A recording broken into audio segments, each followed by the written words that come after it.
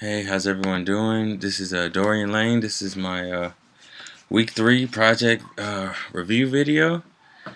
As everyone knows, we've been doing these pretty much the whole time we've been in school, so nothing new right here. Um, the main problem that I encountered this week seemed to be more Java heavy and more showing us, how things work behind the scenes. And HTML and Java, how they work hand in hand. But the biggest problem that I encountered was I had a line error for this for loop that I had. It kept giving me an error that I didn't close it right with parentheses.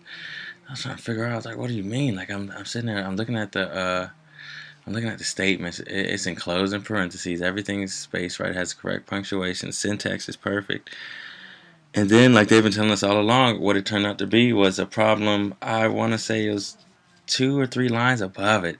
Something that totally had nothing to do with it, but my syntax in that chunk of code was wrong, so it affected the syntax in that code. So it was really like just a chain effect, and I'm glad that I caught it when I did, and I'm very glad that it was close to the bottom of my code and not somewhere near the top or the middle, because then I'd be searching for days.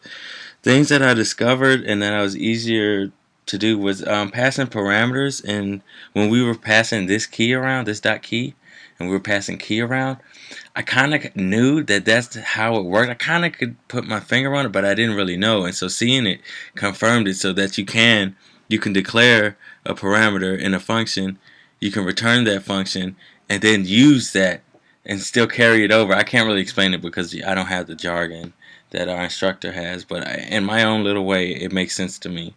Um, it's a good idea to validate our forms so that users don't just go from one page to another. There has to be certain checks and balances, especially when you're dealing with apps, especially apps that record data and manipulate data. You don't just want anybody putting in anything, because you could, for instance, quality control. You could have a form that requires the date, your name, last name, email, like the one we were working with, the sample one.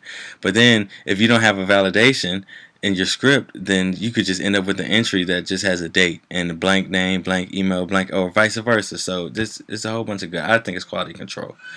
For my application, I have a cigarette smoking application. It's designed to encourage people to quit smoking by logging how many cigarettes they smoke, the reason why, how far away they were from people. So the kind of validation messages that I put in were a big key point of mine was, are there children around, and how far away from you are the closest person, and you have to enter those. Also, a reason for smoking. You have to enter those 3 things, because part of the things that I want the user to look back on when they're looking over that data is, did they smoke around children?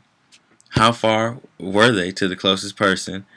And what was their reason for doing it? Because I think that that'll help people get a better understanding as to why they smoke cigarettes, and to how they can stop. I got to keep it to 2 minutes, so that's all I got for this week. But check back with me next week. I'll be giving you my week 4 video review, and that'll close up this course, and hopefully I'll be passing. Good luck to everybody. Thank you.